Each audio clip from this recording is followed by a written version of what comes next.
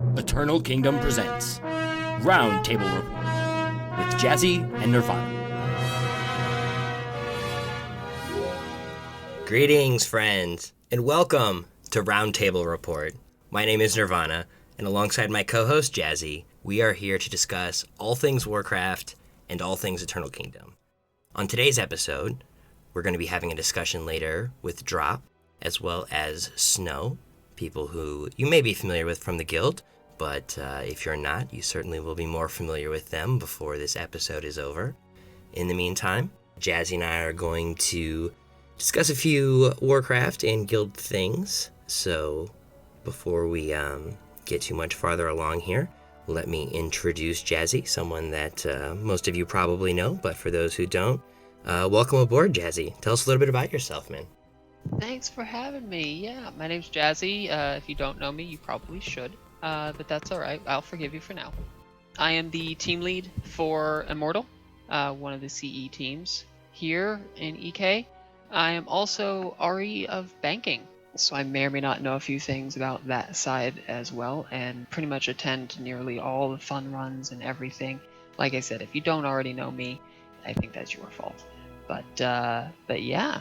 That's what I do. I just have a whole lot of fun. I know, Nervana, you're taking over this podcast more or less from a long time ago, from when Siri and Leia were doing it. Who are you, and why should people know and love you? Well, let's not get ahead of ourselves on that last part here, but I've been fortunate enough to be in the guild for, it's been well over a year now. I had the pleasure of getting to kill Mythic N'Zoth with both Immortal and Gravity, but it was actually Spank and Hanti from Cell Swords who were people responsible for bringing me into the guild originally, so eternal thanks on that front for sure. Outside of raid stuff, I've been running the guild YouTube page for about the last year, and in the last few months I've been tasked with rebooting the podcast, a wonderful show that Sari and Leia put on. We are here to take that concept and spin it forward a little bit. I'd like to thank all you guys for joining us and get into some current events here. So before we get into Shadowlands talk, there's a few things going on in the guild right now. I know it's kind of a slow time for runs and just in general in the community, what with everyone waiting for the release of Shadowlands, but there are still some exciting things going on here in the kingdom. Jazzy, do you want to tell us a little bit about some of those contests? Sure. Well, right now we have a guild logo contest. If you're at all artistic, or even if you're not, that's okay. We love seeing all the submissions. Basically, we're looking to update and kind of rebrand our guild logo and mascot. Leia and the CE team, I believe, are heading this up more or less, but couple things. There's a channel in the Discord for it. Please just put your submissions there. It must represent both Alliance and Horde. It must follow the pillars. It's got to be original artwork only. You can't copy and paste a meme, although that's hilarious as well. And the one caveat, because Blizzard has like lawyers or something along those lines, we can't actually use the Alliance or Horde logos. They don't like that. For some reason, like intellectual property or something ridiculous. I don't know, lawyers. So for that, just paste or post your submissions in the guild logo channel in the Eternal Kingdom Discord, and you'll see all the other submissions there. And I believe we're going to have upper echelon people like Snow and Belle and Kaylee and all of them are going to review those and decide on a final one or a final three. I'm not exactly sure on the decision factors there, and have that be our new logo. But your submissions have to be in by November the 28th of 2020, this wretched year. But it has to be in by then, and I believe it also needs to be in vector format, whatever that means. I'm not a graphic artist, So on top of the guild logo contest, as we kind of spin things forward here and, get into some more Warcraft stuff, but still staying in guild stuff with the release of Shadowlands, what's up with the leveling contest?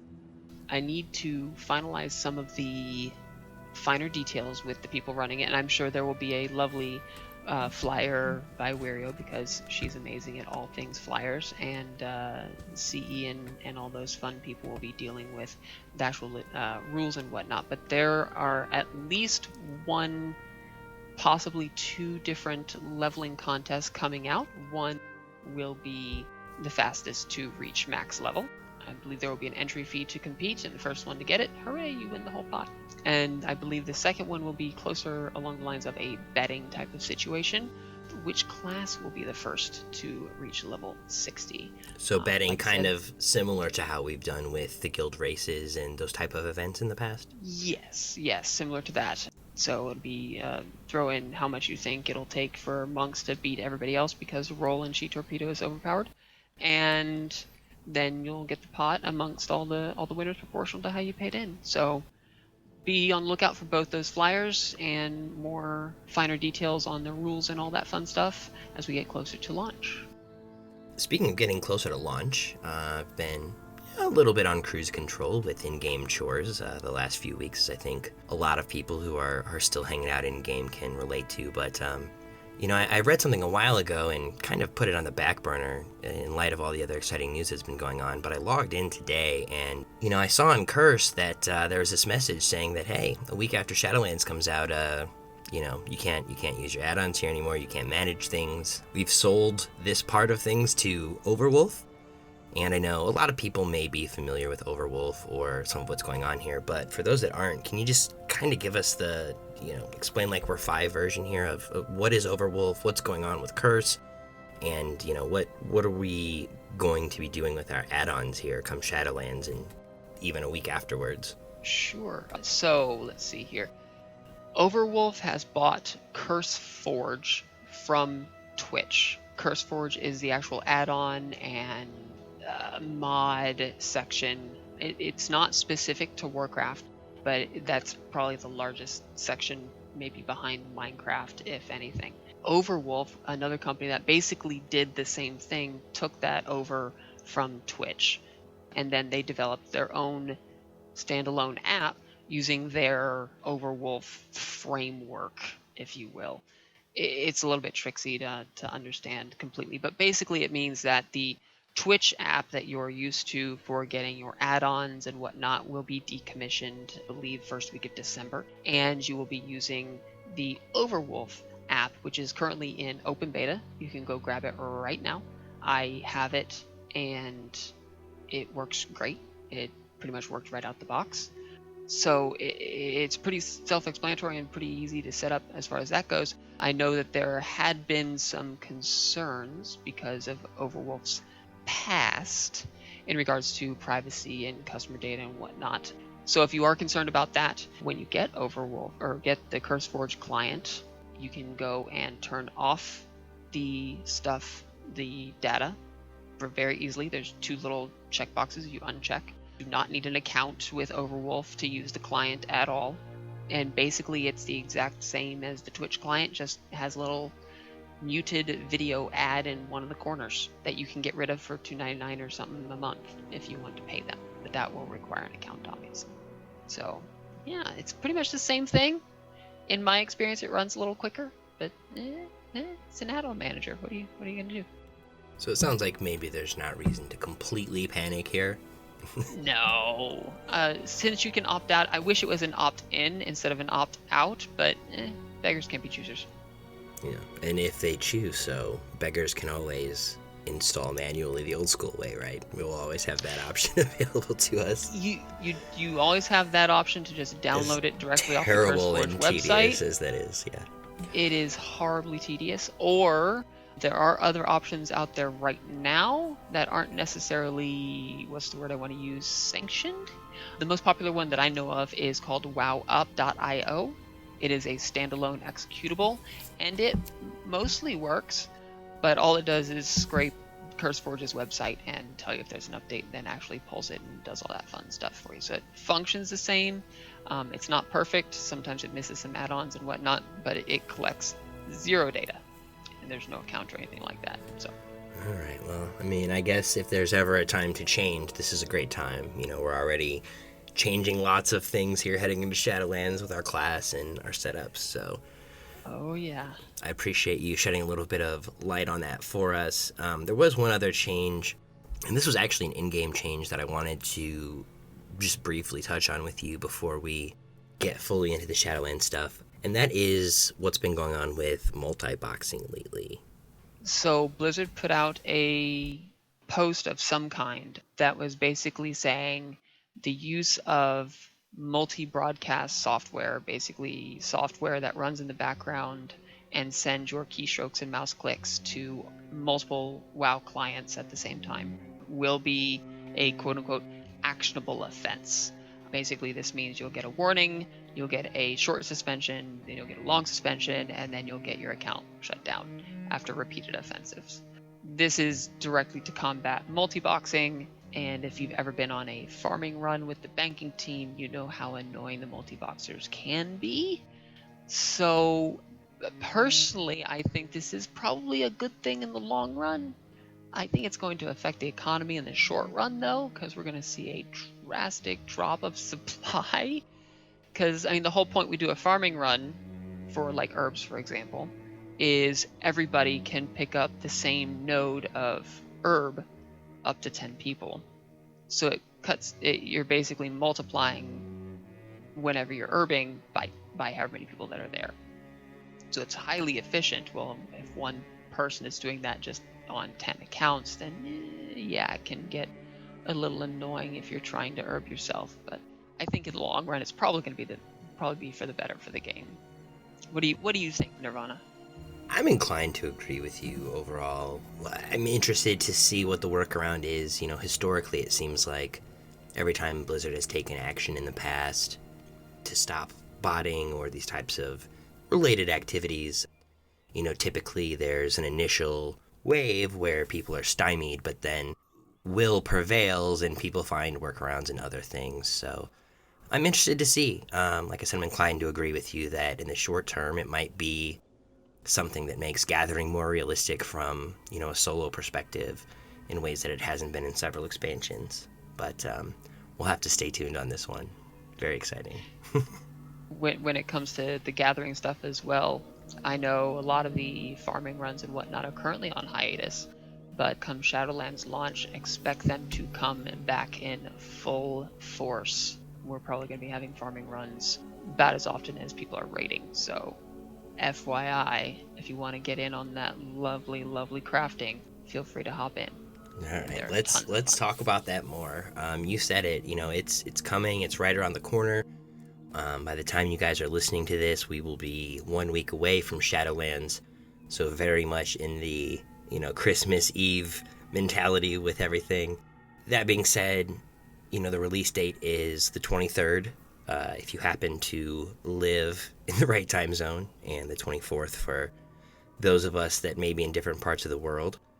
It's finally here, and we've been doing Nyalotha for the entire year now. I know other expansions have had some droughts, but I think especially with all of the trials and tribulations that went on with BFA and the game and the community, being at a place where we can flip the page forward is even more exciting, I think, than it's been for me in times past.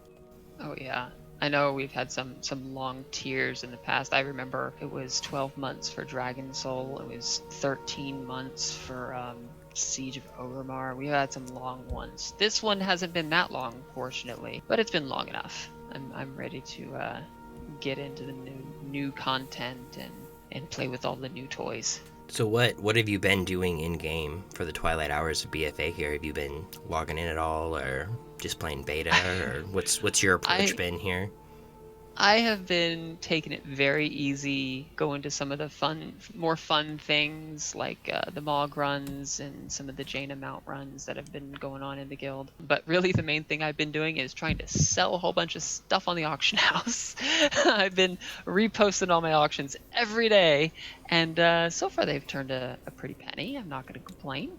But yeah, kind of sorting myself out, getting my tunes ready for Shadowlands leveling, figuring out what I'm going to level, what covenants they're going to be, yada yada yada, all that fun stuff. Kind of getting a game plan, because as a team lead in a CE team, we take it very seriously and are going to be going pretty hard the first few weeks as we go into the first raid, which is coming very quickly after launch. I don't think it's normally this soon after launch, but it's quick, especially with the holiday that's right there at launch time. Thanks, Blizz. I know Blizzard has, to varying degrees, tried in the past to not totally screw everyone over with release dates. But I think it's easy to see right now how everything that's going on in the real world probably sets a stage where people's holiday plans, might not be what they have been in the past. Not saying that, people still won't be affected by the timing, but it seems like the potential for that to be less of a conflict in this year is less than other years. But with the pushback, I don't know when they could have done all of this to make everyone happy. Something was going to have to give here, and I don't mind this compromise. Yeah, if they had released it back with their original release date, it would have been really bad, just given the state of the beta and all that stuff. So given that they pushed it back, this is probably the least disruptive.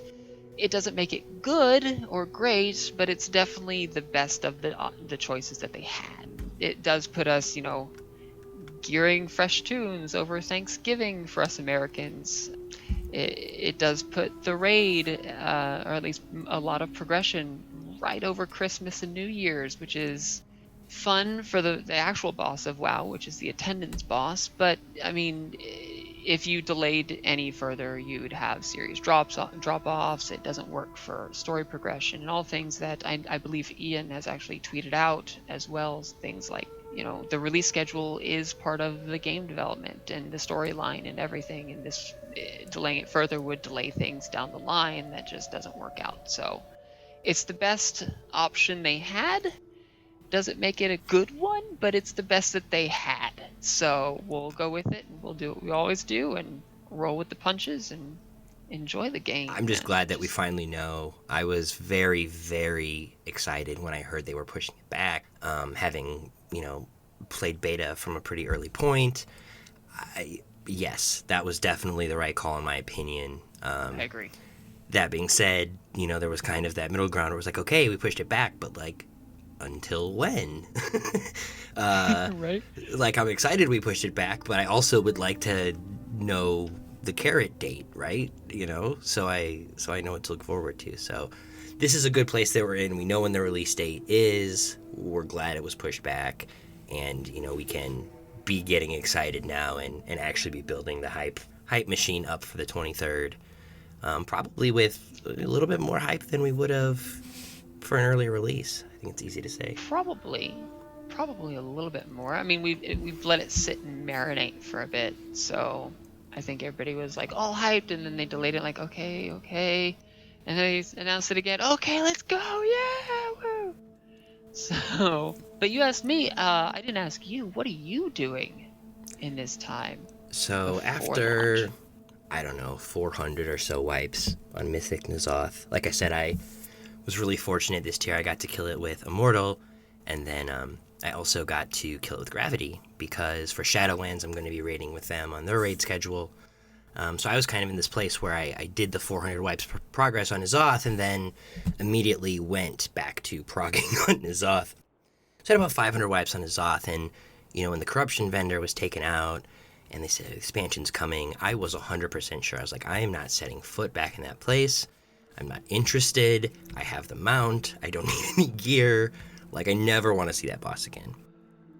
And then they brought Starfall back with the 9.0 changes. And, oh, man, Jazzy, let me tell you, playing N'Zoth with Starfall is amazing. It's like for 500 pulls, you were playing with training wheels and ankle weights and, that thing baseball players put on their bat when they're warming up. And it always felt so bad because, and you could take this to all of BFA, and we're going to cut this Moonkin talk short here, but, suffice to say that it was frustrating to be in this position where you have to play single target. You dot stuff, but nothing lives long enough for that to be effective damage, and, you're just kind of, but now, man, dot everything, run around, Starfall, bam. King of the world. So despite my commitment to never set foot in there again, I've been fighting Myth and Kazoth every week, trying to help as many people get mounts as possible and just starfalling all the things, so... Well, I mean, somebody's got to kill the little ads, not that the Fire Mage has been nerfed. Hey, Oof. there's, Yeah. Soon. I don't even think we've had a mage the last couple weeks, but, that's okay, because, in scrolls, they're not going to be good after level 50, so gotta burn them up now anyway, right? Exactly. No sense in letting them just waste around. So, full hype towards Shadowlands, but there are still a couple, I don't want to say pain points, but, kind of potential drama issues or things that are still hot topics in the community. I don't want to say they're unresolved, but, going into Shadowlands, I'm still hearing a lot of discussion about covenants and legendaries and how that's going to affect the experience. Those are some big topics that are kind of keystones for Shadowlands that there's a lot of focus on, especially the covenants, with them changing almost weekly as to what's best for this spec, what's best for that spec, why is it best? Is it best at raiding? Is it best at Mythic Plus? Is it best at healing? Is it, there's a lot of variables. And I think this discussion also came up in one of the general chats as well, about how do you, or it was spurred by DPS rankings from beta, and we started talking about tuning and all that stuff, and there's so many variables that are just unknown and frankly unknowable right now to do any good predictions. I know as a brewmaster, I'm in Peak of Serenity's Discord, and anytime somebody asks what the best covenant is, the answer is we don't know. They know what they all do, and they know which one's best right now. It'll change. Who knows what it'll end up being? They may all be equivalent enough, and then you do truly get to pick the one that you just enjoy the most. I doubt it, at least for CE players and higher. There's going to be a clear-cut winner, but we can hope. And then the legendaries, they even, as of recording, I think last week or the week before, they changed the way or the amount of soul ash that you get from Torghast. But they changed it in a very weird way to basically ensure that you cannot get a legendary week 1. You can get or you can't craft, I should say. You can't craft a legendary week 1 of release, but you can craft one the second week, and in fact you can craft a rank 2 the second week. So it's a little strange. I think they just wanted to keep things a little tuned and closer to the chest. Sounds a lot better than starting Emerald Nightmare when 5 people in your raid had gotten the best legendary drop and 15 people hadn't gotten any yet. So at least there's a little bit, there's a path here, and I think that has value as circuitous and changing as that path may come here over the next few months. Yeah, one of the great things that I think that they hit the nail on the head with Shadowlands is that your weekly progression or power progression for any character is finite. Sure, you can grind out anima, but that doesn't relate to player power. So the things that relate to player power, they're finite. And what that means is players can actually play alts again, which is amazing. We get to actually have alts that are, geared close to our mains and bring the player, not the class meme. So I'm excited for that. I'm excited to actually have alts that can be brought in for Mythic Prog if needed, and play different covenants than my main and all that fun stuff. So kind of touching on it, what about you, Nervana? Are you gonna stick with Druid for Shadowlands? Are you gonna be switching it up? Are you doing alts? What's the plan there? Well, I think I betrayed this answer earlier during my Star Search or Starfall digression. I'm gonna be sticking with Boomy. I've been maining it since release, which most people will realize was pretty terrible and impractical for large stretches of that 16-year period. Nevertheless, I'm very excited about Just the changes. I'm not necessarily sure it's going to, make the class or spec more desirable, but at least at this point, it feels a lot better to play than it did throughout pretty much all of BFA. So I'm definitely going to be sticking on that train. Something I mentioned on Mind Blast with Evsington a few weeks ago was the thing I'm most concerned about is the change to hero. I don't have huge expectations for Boomy and Raid, but I do think that, I know everyone got an expanded utility, but I really think that the potential is there for Mythic Plus to really work for Boomkin, but the change to heroism in drums is going to be an issue, because for real pushing, you are going to have real heroism. But yeah, I'm sticking with that. My alt that I kept at, mythic rating level throughout BFA, I rated as a mercenary on my Demon Hunter. I am considering changing that.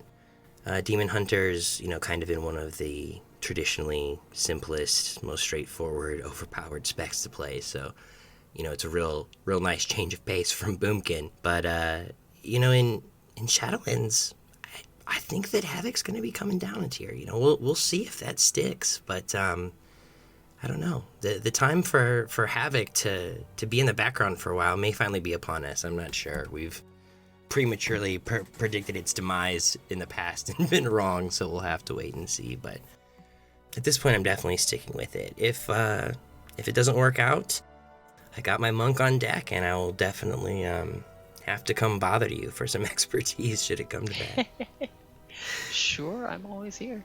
So, but alts and characters aside, is there anything else you're doing to prepare for Shadowlands, or anything else you want to throw in here before we get to our interviews? I think we've covered it. I got my vacation booked. I got my Red Bull all stocked up and good to go. I've just been, ready and raring and champing at the bit and ready to go. So let's get into it and talk to some folks, shall we?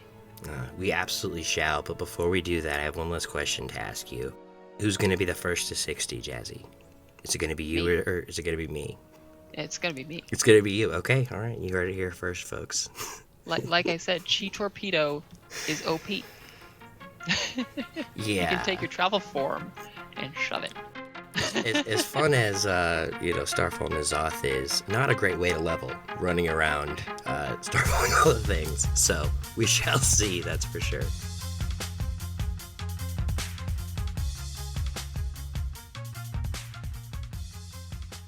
We have in here with us today Drop from the banking team. How you doing today, Drop?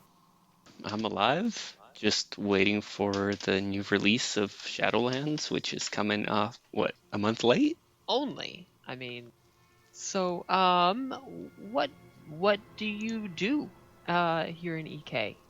Yeah, just tell us a little bit about yourself. Introduce yourself to the crowd here.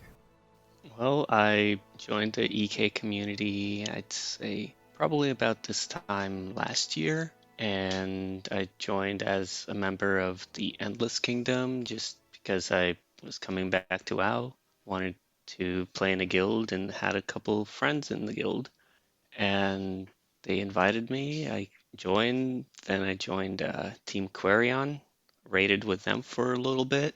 We got our AOTC and started doing Mythics. And then after that, I stepped away and decided to focus more on the banking side of things. There was an opening for commissary, and I decided that, hey, I like crafting things, and that was kind of fun. And so right now, that's what I'm doing. I'm in charge of the commissary bank. I'm very excited to have you on today to talk about the commissary program, hopefully in great detail. But before we get there, I do want to know just a little bit more about you in game. I know you said that you're not taking an active role rating right now, but what class and spec were you maining before, and historically, what's kind of been your in-game story? Right now, my main is a Windwalker monk. I've been playing that class since Legion. That's when I came back. You know how most people quit and then come back to WoW. That's what happened. And then I decided to play monk as a panda, and mostly because monks get this nice experience bonus every day. So that helped me level up. I've been playing Windwalker and been enjoying it. Quite a fun class. But I've been playing WoW since Burning Crusade. Nobody ever quits WoW. You only take a break. Yes, you take a long hiatus. All right, so that all being said, let's get to the meat of it here and get into the commissary program a little bit. I am going to let you explain what it is, but I will just say that, Eternal Kingdom is a guild community unlike any other, and, par for the course. This program is something I've not seen anything like it. So I guess I'm going to kind of just throw it to you open-ended to get things started here, and just in general ask you kind of to give us a brief overview of what the commissary program is, and kind of just basically how it works and functions in the guild community. So the commissary program, it's a supplemental program for anybody within the EK community and who isn't getting food or flasks or other types of consumables through the guild packs that the banking team regularly mails out to all the raiding teams. And basically this program is, we have a bunch of crafters in the guild, and we take donations from guild members that go to the banking team, and then we use those materials in order to craft different types of consumables and items that people may need. How it works is there's an order sheet. Every week after reset, it's open for orders. There's a select number of items that you can order, and you just place an order, and we close orders midnight server time on Fridays. And throughout the weekend, we craft all of these, and then we mail them out, and we mail them out as COD with I believe, a 5% discount over the auction house price. And that discount is at the time of mailing, so sometimes it's 5%, sometimes it's less, sometimes it's more, but we're not trying to cheat anybody out of their hard-earned gold. We're just trying to provide a service for the EK community, for people who may not have a crafter or may need other types of consumables. You said non-raiders, but can anybody submit a request, or does it have to be non-raiders? Anybody can submit a request. This is just a program that helps people who aren't on a raiding team, because the raiding teams, members of the raiding teams do get some consumables from the banking team already. But this is for anybody who wants extra consumables or extra items. I believe that in Shadowlands we're also going to attempt to get other items, such as things that you might need to craft your legendaries, but I'm not entirely sure how that's going to work yet. That will be a fun project to figure out once the expansion actually drops. So it sounds like you guys are looking forward to the changes of that, but is the commissary system on hold right now? Yes, the commissary system is on hold, as is most of banking, other than... I mean, most of everything in Warcraft is on Yes. hold right now, so you could take that all the way out. I don't believe that we're going to get the commissary program up the first week, but once we figure everything out and once everything settles down with the new expansion, we'll start it up again as soon as we can. Sounds like as we approach Nathria, things should be up and going, at least to a large degree. I know for me it's especially helpful for things that aren't supplied by the banking team directly, which is like the food and flasks that Drop mentioned before, but like DPS potions, even though pre-pot's no longer a thing, or health pots, or those other odds and ends that raiders tend to need. I use the commissary all the time, and it's great stuff. It's very helpful, and it's always there right when you need it. Yes. Like, for instance, if you need invisibility potions, you won't get them from the raid team, but you will get them from commissary if you place an order, and we'll craft them for you and send them out. So, going into Shadowlands, are you planning on making more of an active return to endgame stuff, or do you see yourself continuing to focus more on the kind of helpful out-of-game administrative stuff? I'm definitely planning to get more active in commissary, or just more active in WoW in general, but a lot of my focus will be on commissary and administrative stuff. I do like to get AOTC as many expansions as I can, so that will be a goal of mine, but it's right now I'm more focused on making sure that people have what they need in order to enjoy the game. So you mentioned AOTC. What about for the commissary? What do you want? How do you want to see that expand or grow, or any new things coming up that we can? I know you mentioned the legendary stuff earlier, but anything else? Anything new in the works there? No, I don't believe that we have anything new in the works there right now. I think that it's a very self-explanatory, self-sustaining program that takes donations and uses those donations in order to fund all all types of guild activities.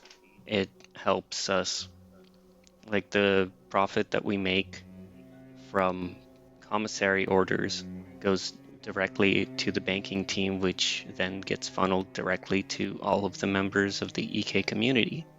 More of a service rather than a storefront. We have people who love to craft things and like to be supportive, and that's, I believe, what the entire commissary program's all about, and helping out is what EK is all about. Absolutely. And you shared a little bit of your WoW journey with us, but how was it exactly that you got into guild leadership stuff, and specifically how was it that you got involved with the commissary program?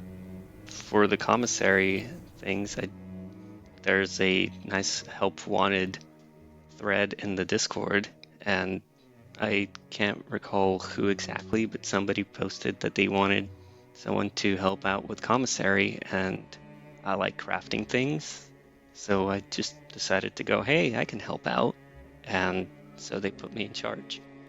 Did you have any idea what you were actually getting yourself into at the time? Slightly. I figured that it was going to be just crafting things and mailing them out, but there's a little bit more. It's a little more involved than that. We do have inventory, and we need to have different people on the banking team and on the commissary team in order to craft everything that we need. So we're more than happy to have more help on commissary if you feel like it's something that you want to help with. So if people do want to join the fun and the crafting and the service, this wonderful service you're providing for the guild, what's the best way? Would it just be to reach out to you on Discord, or? The best way would be to either reach out to me or to Jazzy, or honestly anybody on the banking team. Yeah, I guess one additional thing that I do want to mention is the commissary program as it was working in BFA.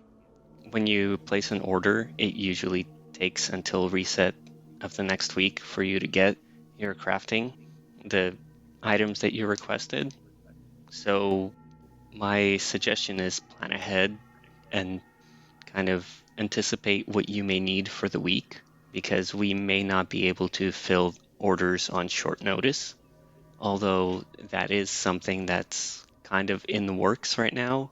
We're still trying to figure out how exactly we're going to do that, but we do have a desire to have kind of like a storefront, which you would place an order and we would get whatever you ordered to you in, I'd say, a day or two, but that's just in the works for now. And when it's solidified, we will definitely post in Discord and in the guild chat and let everybody know about that.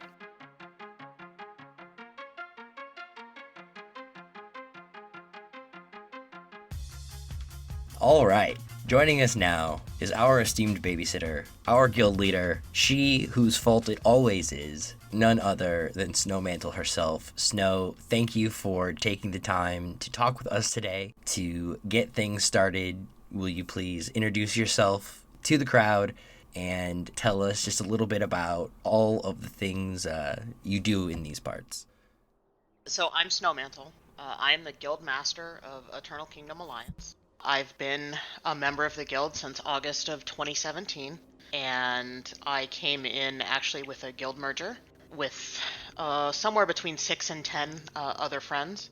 And my role in the guild is not super defined other than I am responsible for pretty much everything that happens in EK Alliance. Practically, that means that I look for new team leads when I think it's time for EK Alliance to expand.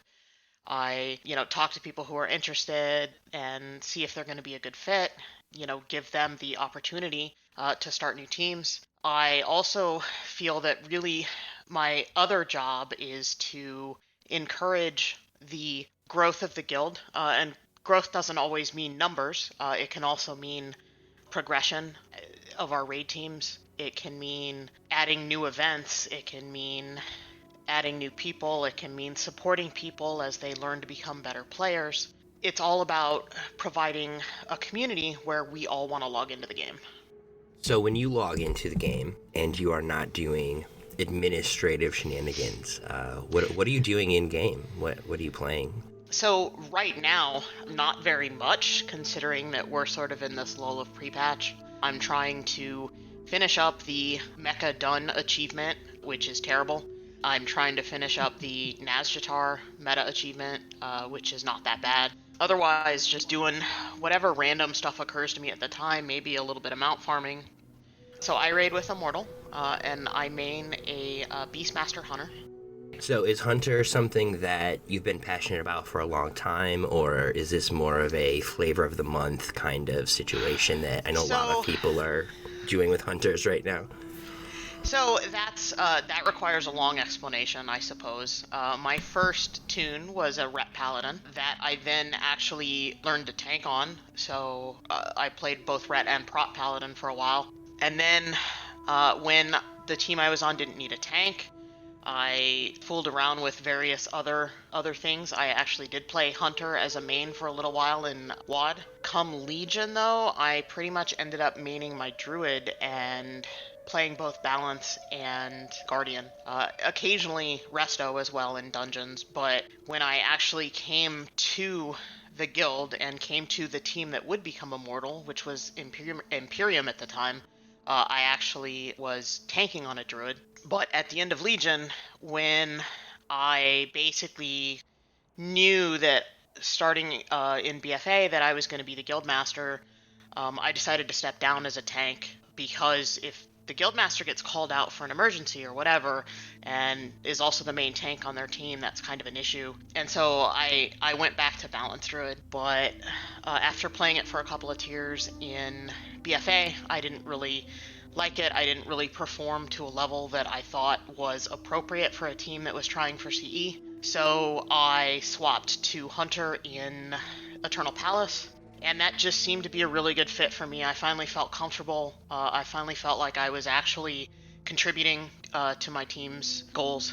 So I've been playing Hunter now for a couple tiers, and I'm probably going to stick with it until and unless it becomes literally unplayable.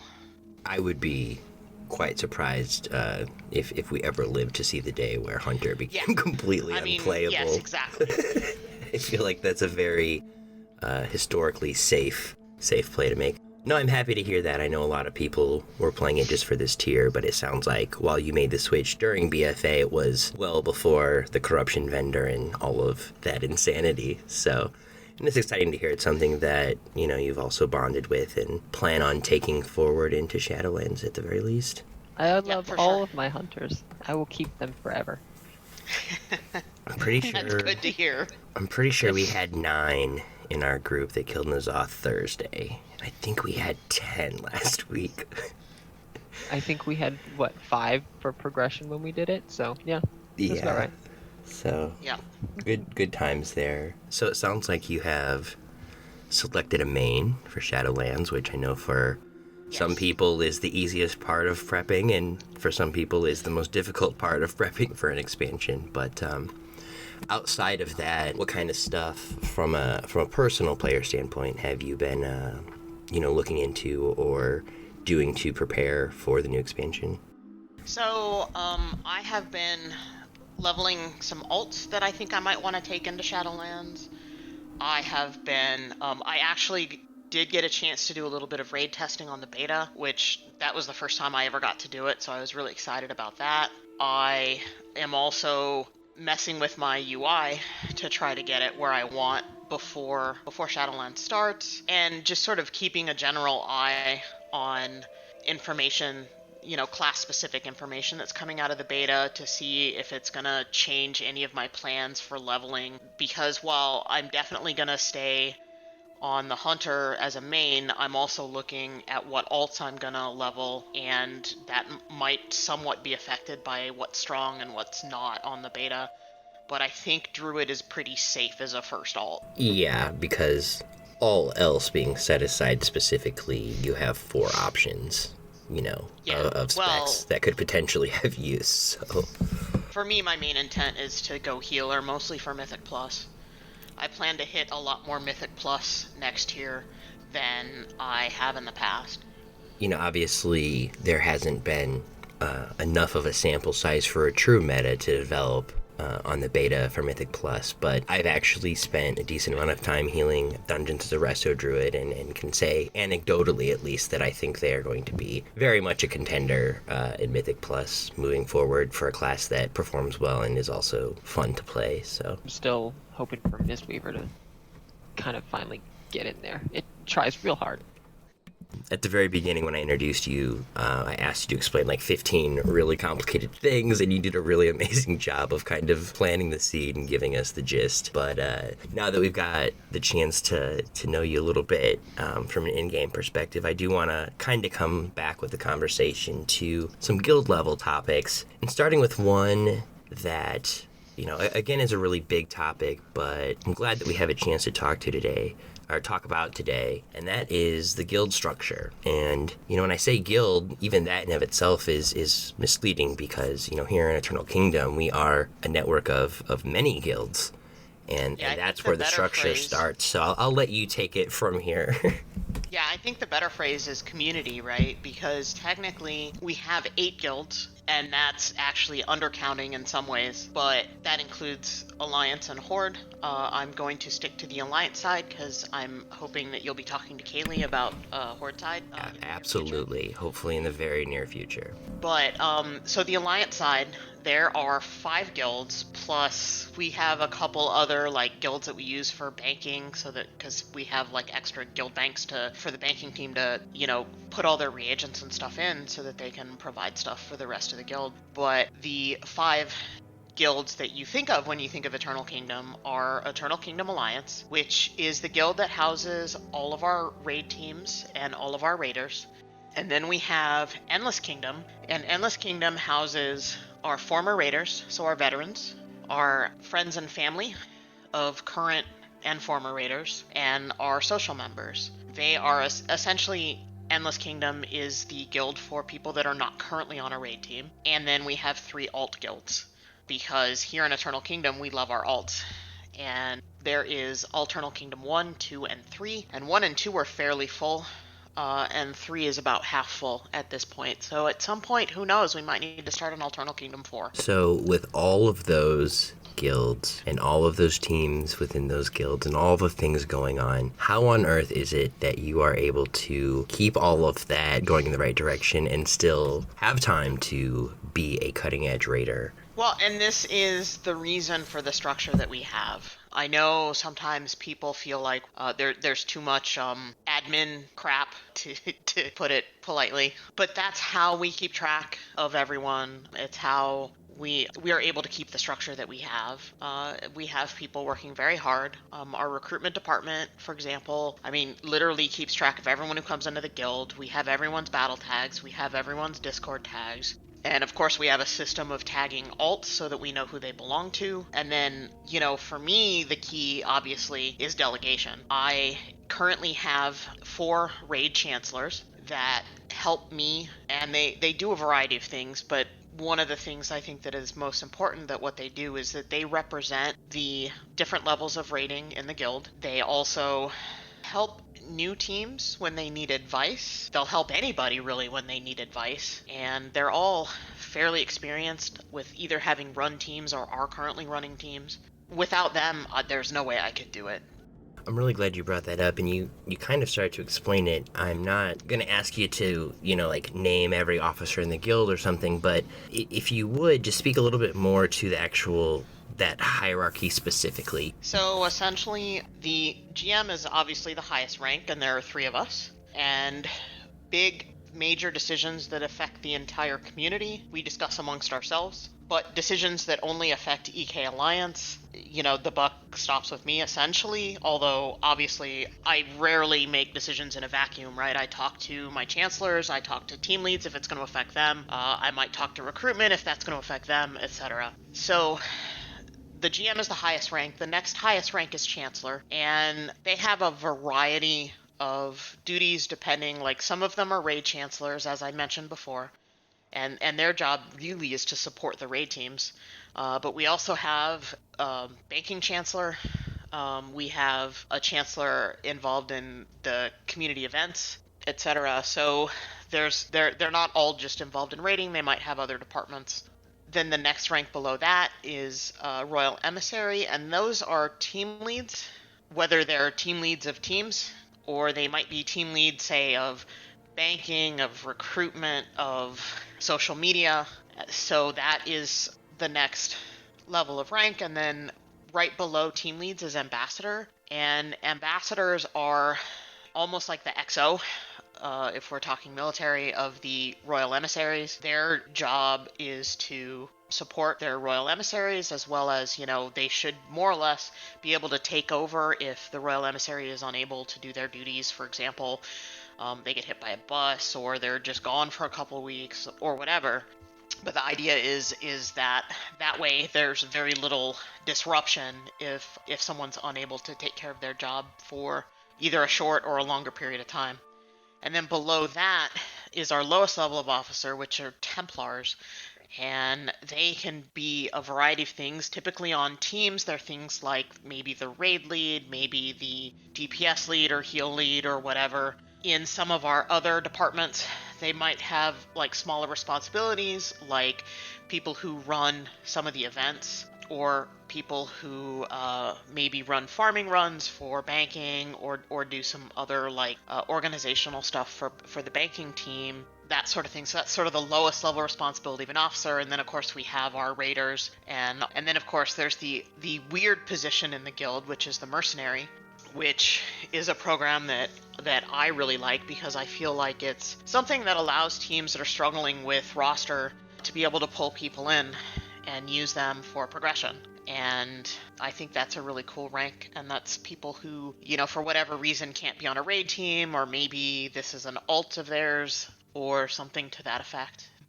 It's a really great way to meet people within the guild, too. I've been fortunate enough to have a character that I play as a mercenary, and just the opportunity to play with all the different teams that we have in the guild is just really a great experience. So whether it's, like you said, someone who might not have the time to commit to a raid team schedule, or, someone who just has extra time and wants to get around and maximize their experience, I'm really glad you brought that up, because I think that's a really great part of EK and something that's really unique. I know before I technically joined then Imperium, I was a merc, and that was fantastic. I played around with several other teams and finally settled on, but that's where I joined. I thought it was great. It's a great feature that I don't think very many other guilds utilize, and they should. It's hard to do, right, if you're not as large as we are. Just the fact that we have so many different raid teams, I think, is really what makes that program as robust and rewarding as it is. Because it's not like you're just, riding the bench for whatever other team. Whenever you are able to come and help, people are always really grateful. It's always a really positive experience. You're there to save the day. So. Yep. And I also have merked for a few teams as well, on one or another of my alts.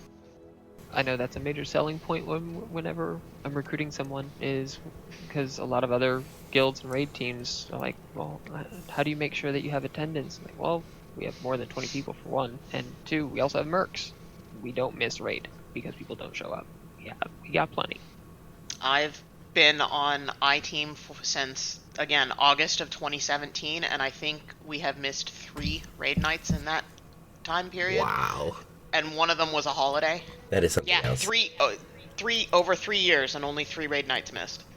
So that was really informative and helpful. I think that, sometimes people can be overwhelmed with just the sheer volume of all the opportunities and stuff we have going on here. So, to be able to just kind of to give people a bird's eye look at that, hopefully will be really helpful to some people. We are coming up on time here, but before we let you go, Snow, I did just want to get to one final question, and that was something you've already kind of mentioned, but just your upcoming goals for Shadowlands, both personally and also for the guild community. Personally, I would like to be on a team and in a position to get CE every tier. And I'd like to be in a place where I'm not benched. So that means that I need to not get complacent and to work hard at being the best hunter I can be, especially since there's 3 other hunters on our team. So, and it's not like my team lead's right here listening and judging me, but... I mean, I'm also open to bribery, so... Oh, that's fair. I'll have to keep that in mind. Guild-wise, it's hard to explain because I don't have specific benchmarks. Like, I don't want to be like, I'm going to create 5 more teams next expansion, because I'm partially dependent on who comes forward and is interested in starting a team. I have had people approach me wanting teams that I've had to just say no, or that I don't think are appropriate team leads. They either need more seasoning or they just aren't the right personality. So when we have new teams, it's typically that people are coming to you with the idea to start a new team. It's not like you're sitting down and saying, okay, I've arbitrarily decided we need X new teams for said tier. Correct. I never say that, although I will put an upper limit on it. I try not to start more than 1 team a tier. The only exception is the final tier, because there is a window probably that we've already entered for Shadowlands, but there's a window of about 2 months in between when people start coming back because they know a new X-Pack and the raid starting. Although really, if people aren't on a raid team by Shadowlands start, or even, I mean, now if you look at our teams, very few of our teams are recruiting because they're already full. But there is a window of time where, in the past at least, like right around expansion start, that we've gotten over 200 applicants a month. So that is the best time to start a new team, because the applicants will be out there, and that's the time to grab their attention, if that makes sense, right? Like, people come and go in this game all the time. People get burnt out, they leave, they have to get replaced. But one of the things that I think Eternal Kingdom offers is it makes it easier to retain people. It's easier to retain people when you log into the game and there's 50 other people on that you can see in the guild, versus, a 1-team guild where you log in mid-tier and there might be 3 other people on. And that's really, again, like what we're about, is we want people to want to log into the game. All right, it seems like the perfect place to leave things for now. I'd like to take this time to thank each and every one of you for tuning in. We'd also like to give a special thanks to our guests, Drop and Snow, as well as Leia, Shaylee, Jules, and Wario for their help making this show possible and bringing it all together. Roundtable Report is debuting on Anchor and YouTube, but will soon be available on all major podcast platforms. For Jazzy and Eternal Kingdom, this is Nervana signing off. We will see you in episode 2.